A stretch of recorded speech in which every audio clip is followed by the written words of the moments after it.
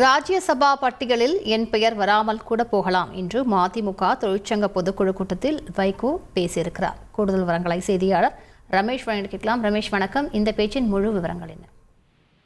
வணக்கம். ராஜ்யசபா பெயர் பட்டியல்ல என்னுடைய பெயர் வராமலும் போகலாம். அப்படி வரவில்லை என்றாலும் மதிமுக தொண்டர்கள் கோபப்படக்கூடாது, சமூக வலைதளங்கள்ல திட்டி எதுவும் பதிவிடக்கூடாது அப்படின்னு மதிமுக பொதுச் செயலாளர் வைகோ பேசியிருக்கிறார். குறிப்பாக மதிமுகவினுடைய தொழிலாளர் அணியின் பொதுக்குழு கூட்டம் கடந்த வாரம் நடைபெற்றது. இந்த கூட்டத்துலதான் மதிமுக பொதுச் செயலாளர் வைகோ பேசும்போது ராஜ்யசபா எம்பிக்கான அந்த தேர்தல் அப்படிங்கிறது ஒரு மாதத்துல வரப்போகுது. அப்படி தேர்தல் வரும்போது அந்த ராஜ்யசபா எம்பிக்கான பெயர் பட்டியல்ல என்னுடைய பெயர் இல்லாம கூட இருக்கலாம் அப்படிங்கிற ஒரு பதிவா சொல்லியிருக்காரு. ஏன் அப்படின்னா திமுக சார்பில் தான் திமுகவின் ஆதரவோடு வைகோ ராஜ்யசபா எம்பியாக தேர்வானார். 2019 ஆண்டு அவர் ராஜ்யசபாவுக்கு சென்றார். அவருடைய பதவி அப்படிங்கிறது வரக்கூடிய ஜூலைல முடிவடைய போகுது.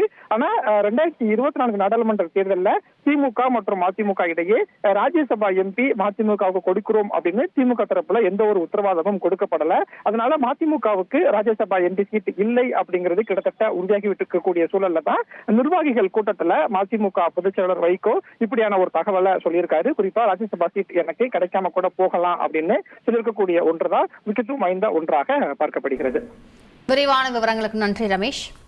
உங்கள் தந்தி ஒன் தொலைக்காட்சியில் கால பைரவன் தினமும் காலை 8 மணிக்கு காண தவறாதீர்கள்.